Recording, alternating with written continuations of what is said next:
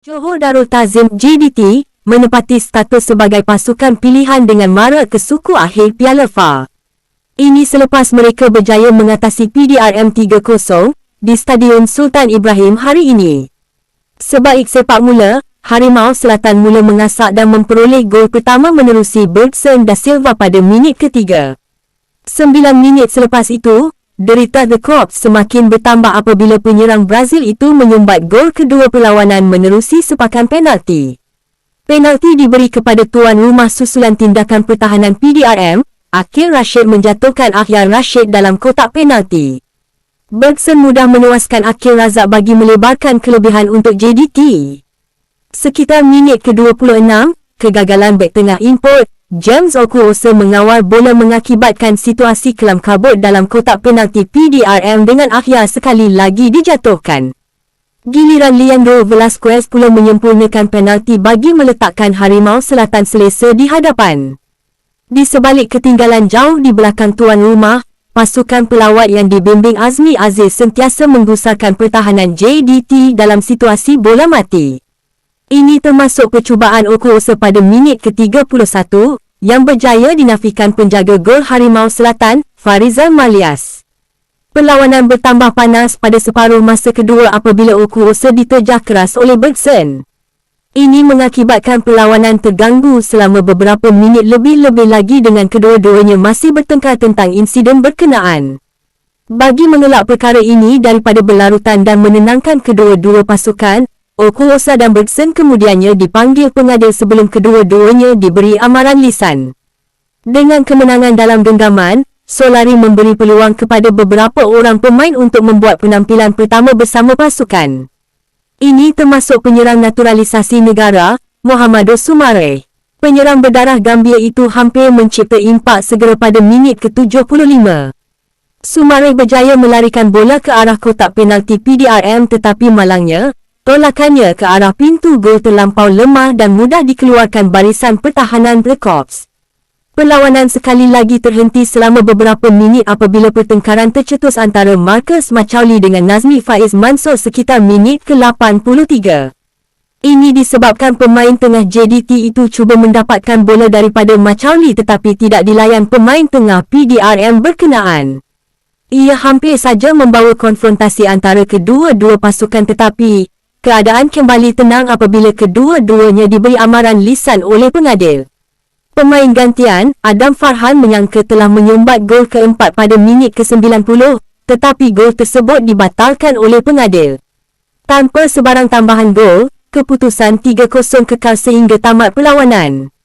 Kemenangan ini membantu Harimau Selatan layak ke suku akhir dengan menanti sama ada Kuching City atau Penang sebagai lawan mereka di peringkat berkenaan.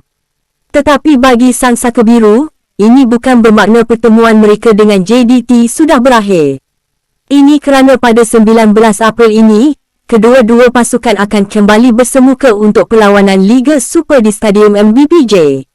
Bagi Azmi, kekalahan ini mungkin memberi idea tentang pendekatan taktikal beliau seterusnya dengan anak-anak buah Solari. Kuala Lumpur City FC dipaksa bekerja keras oleh Immigration FC sebelum memenangi perlawanan pusingan kedua Piala FA 2-0 dalam aksi di Stadium Bola Sepak Kuala Lumpur, Eras. Pengendali KL City, Bojan Hodak melakukan banyak pertukaran dalam kesebelasan utama dengan memberi peluang kepada pemain yang jarang diturunkan untuk beraksi. Immigration FC pula menurunkan barisan terbaik mereka dan dilihat berjaya memberikan cabaran kepada finalis Piala AFC 2022 itu dengan perlawanan yang seimbang pada babak pertama. Namun, Saravanan berjaya menjaringkan gol pemisah buat Kuala Lumpur City pada penghujung babak pertama dengan satu voli yang menarik menewaskan penjaga gawang Immigration FC, Ahmad Solehin Mamat. Bersambung babak kedua, Bojan melakukan lagi beberapa pertukaran dengan memasukkan pemain yang lebih berpengalaman untuk membantu mendapatkan gol kedua sekaligus kedudukan yang lebih selesa buat KL City. Kekurangan perlawanan kompetitif dilihat menjadi faktor utama yang memisahkan Immigration FC untuk mencabar KL City dan dapat dilihat dari kesilapan individu yang sering dilakukan terutama pada babak yang kedua.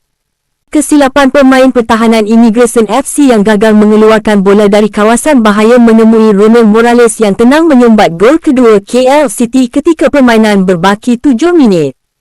Kedudukan 2-0 kekal hingga tamat perlawanan dan KL City berjaya layak ke peringkat suku akhir untuk bertemu sama ada Sabah atau Kelantan United, manakala Immigration FC tersingkir dari saingan Piala FA musim ini. Finalis musim lepas, Terengganu FC TFC, mara ke suku akhir Piala FA selepas membenam cabaran Melaka FC 4-0 dalam pusingan kedua di Stadium Sultan Mizan Zainal Abidin sebentar tadi.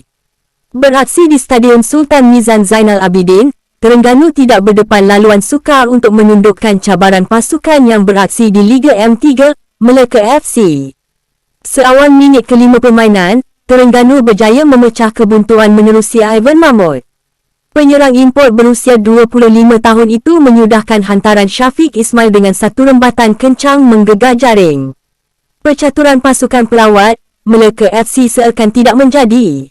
Gerakan yang diatur Melaka mudah disekat benteng pertahanan Terengganu dan tiada sebarang percubaan dihasilkan barisan serangan Melaka dalam babak pertama permainan. Separuh masa pertama tamat, Terengganu 1-0 Melaka. Bersambung babak kedua permainan, skuad Pete terus menggandakan asakan. Beberapa pertukaran dibuat pengendali Terengganu, Tomislav jelas membuahkan hasil. Percubaan pertama Safwan Mazlan membahayakan kubu Melaka apabila pemain gantian itu berjaya melepaskan percubaan. Pada minit ke-70 permainan, kelibat Hakimi Abdullah memastikan malam gemilang buat Terengganu. Hakimi Abdullah mencatat nama sebagai penjaring selepas menewaskan penjaga gol Melaka, Daniel Wafiuddin. Giliran penyerang import sensasi, Jordan Minta meledak. Beliau mudah menyumbat masuk bola, menggelecek penjaga gol Melaka sebelum menjaringkan gol ketiga buat Terengganu.